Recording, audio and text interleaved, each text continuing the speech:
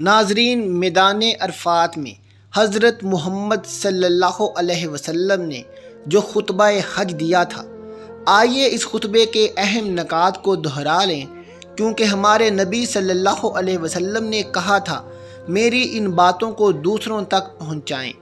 بسم اللہ الرحمن الرحیم۔ دین اسلام میں حج ہر صاحب استطاعت بالغ مسلمان پر زندگی بھر میں ایک مرتبہ فرض ہے۔ حج اسلام کے 5 ارکان میں سب سے آخری رکن ہے۔ جیسا کہ محمد صلی اللہ علیہ وسلم کی حدیث ہے، اسلام کی بنیاد 5 ستونوں پر ہے: لا الہ الا اللہ محمد رسول اللہ کی گواہی دینا، نماز قائم کرنا، زکوٰۃ دینا، رمضان کے روزے رکھنا اور حج کرنا۔ مناسک حج کی ابتدا ہر سال 8 ذوالحجہ سے ہوتی ہے۔ ہجرت کے 9ویں سال حج فرض ہوا۔ محمد صلی اللہ علیہ وسلم نے سن 10 ہجری میں واحد حج کیا، جسے حجۃ الوداع کہا جاتا ہے۔ اس حج میں حج کے تمام مناسک کو درست طریقے پر دکھایا اور اعلان کیا، جس کا ترجمہ کچھ یوں ہے: اپنے مناسک حج مجھ سے لے لو۔ نیز اسی حج کے دوران میں اپنا مشہور خطبہ حجۃ الوداع بھی دیا اور اس میں دین اسلام کی جملہ اساسیات، قواعد اور اس کی تکمیل کا اعلان بھی کیا۔ زندگی میں ایک بار صاحب استطاعت پر حج فرض ہے، اور اس کے بعد جتنے بھی حج کیے جائیں گے ان کا شمار نفل حج میں ہوگا۔ حضرت ابو ہریرہ سے روایت ہے کہ رسول اللہ صلی اللہ علیہ وسلم نے فرمایا: لوگو، تم پر حج فرض کیا گیا ہے، چنانچہ حج ادا کرو۔ صحابہ کرام نے سوال کیا: یا رسول اللہ صلی اللہ علیہ وسلم، کیا ہر مسلمان پر ہر سال حج فرض ہے؟ تو محمد صلی اللہ علیہ وسلم خاموش ہو گئے۔ دوبارہ سے یہی سوال کیا گیا تو رسول خدا صلی اللہ علیہ وسلم نے فرمایا: اگر میں ہاں کہہ دیتا تو واقعی فرض ہو جاتا، ایسا تم لوگ نہیں کر پاتے۔ پھر کہا: جتنا میں کہوں اتنا سنو، اس سے آگے نہ پوچھو۔ فرضیت حج کی 5 شرائط ہیں۔ پہلی شرط مسلمان ہونا، غیر مسلموں پر حج فرض نہیں اور نہ ان کے لیے مناسک حج ادا کرنا جائز ہے۔ دوسری شرط عقل ہے، پاگل مجنوں پر حج فرض نہیں۔ تیسری شرط بلوغ ہے، نابالغ بچے پر حج فرض نہیں۔ چوتھی شرط آزادی ہے، غلام باندی پر حج فرض نہیں۔ 5ویں شرط استطاعت ہے۔ استطاعت کا مفہوم یہ ہے کہ حج محض ان افراد پر فرض ہے جو اس کی جسمانی اور مالی استطاعت رکھتے ہوں۔ عورت ہے تو شرعی محرم بھی لازم ہے۔ ناظرین، میدان عرفات میں حضرت محمد صلی اللہ علیہ وسلم نے جو خطبہ حج دیا تھا، آئیے اس خطبے کے اہم نکات کو دہرا لیں تاکہ آپ کو بھی معلوم ہو جائے کہ آپ صلی اللہ علیہ وسلم نے اپنے اس آخری خطبہ میں کیا فرمایا تھا۔ تو آئیے ملاحظہ کرتے ہیں، اسے غور سے یہاں سے سنیے گا۔ رسول اللہ صلی اللہ علیہ وسلم نے فرمایا: نمبر 1، اے لوگو سنو، مجھے نہیں لگتا کہ اگلے سال میں تمہارے درمیان موجود ہوں گا۔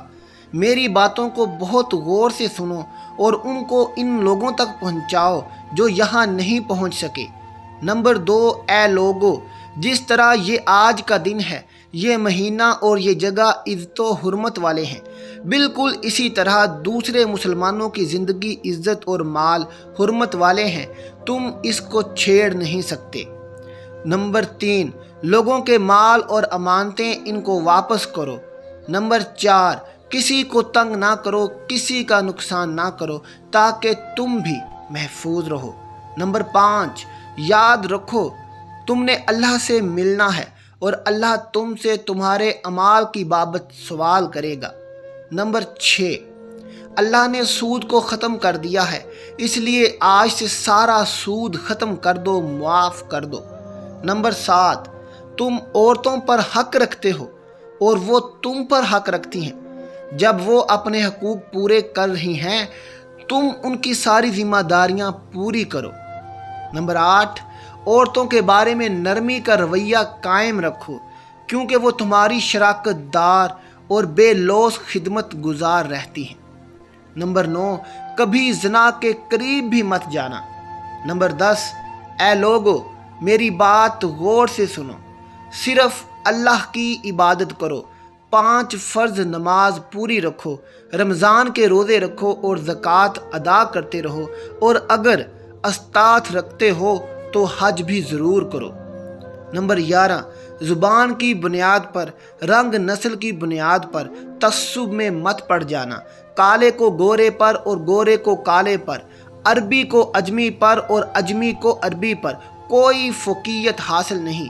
ہر مسلمان دوسرے مسلمان کا بھائی ہے۔ تم سب اللہ کی نظر میں برابر ہو۔ برتری صرف اور صرف تقوی کی وجہ سے ہے۔